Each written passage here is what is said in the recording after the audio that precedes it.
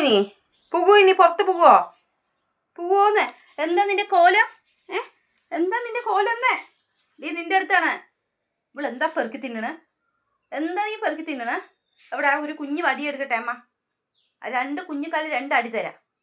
ഈ കേടി നീ എന്താ പെറുക്കാൻ പോയത് ഇത്ര നേരം? വിട്ട എവിടേക്ക്? ഇവിടെയാണ് ആദ്യം ശരിയാക്കേണ്ടത്. രണ്ടും കൂടി രാവിലെ എണിച്ച് നോക്ക്. ഞാൻ പറയുന്നതിന് പൊട്ട് വിലയുണ്ടാ? ഡീ എവിടേക്കാ പോകാൻ പോണ്? എവിടെ ആ വടി എടുക്കട്ടെ. അവള് കിടന്നു. എവിടെയാ കിടക്ക്? നടക്ക്, ഉള്ളിലേക്ക് നടക്ക്, പോകാൻ നടക്ക്. അമ്മ വടി എടുക്കട്ടെ. വടി എടുക്കട്ടേന്ന്. ഇത് എന്ത് കോലമാണ് ഇതാ. രാവിലെ പോയിട്ട് ഇതാ മേലൊക്കെ ചളിയാക്കിതാ. രണ്ടും കൂടി പോയിട്ട് വന്നതാണെന്ന്. നോക്ക്. ഞാൻ പറയാത്ത മുന്നേ എത്തിക്കഴിഞ്ഞു.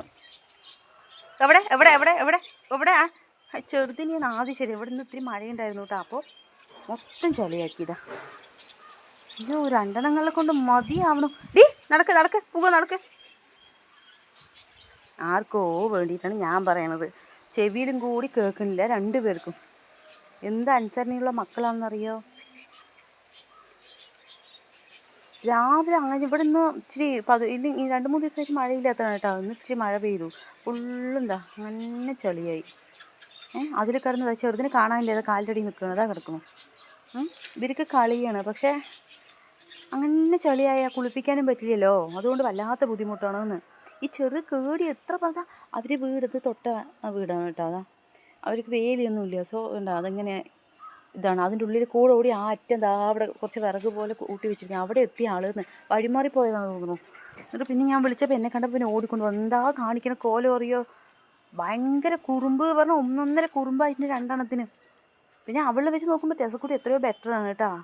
ഇത് എന്തോന്നത് മുളച്ച് പൊങ്ങാത്ത പിന്നെ ഇത്ര കേട്. വടിയെടുത്താൽ ഓടിട്ടാ പേടിച്ചിട്ട്. എന്നിട്ട് ഞാൻ കുഞ്ഞു വടി പൊട്ടിക്കട്ടെ കേട്ടോ. അത് പറഞ്ഞാലേ അനുസരിക്കില്ലാന്ന്. കുറുമ്പികളാണ്.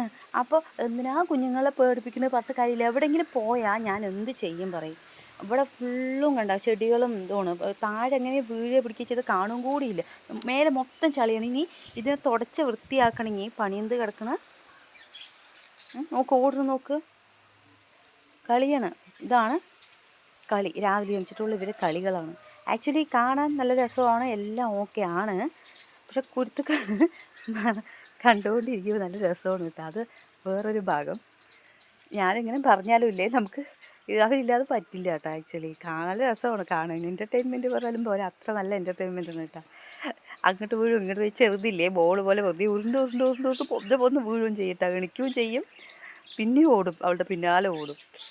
അപ്പോൾ 2 പേരും കുഴപ്പമില്ല കേട്ടോ. ഓക്കെ ആയി 2 ആൾക്കാരും. നോക്കിതാ ചെടി ഫുള്ളാ പോയി. മതി എണിക്ക്. ഇതെന്താണിത്?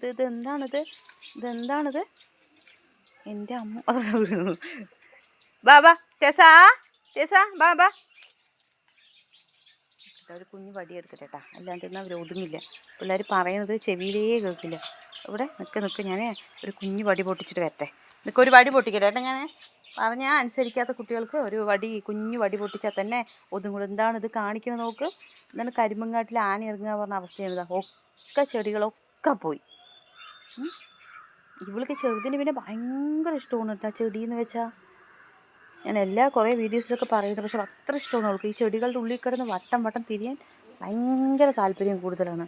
നമുക്ക് എന്താണ് ഭഗവാനേ ഇതിൻ്റെ വേഷം. നിൽക്ക് ഞാനിപ്പോൾ കൊണ്ടുവരടി കേടി. നിന്നെ നിൽക്കടി. നോക്കിയിരിക്കണം. അവളെ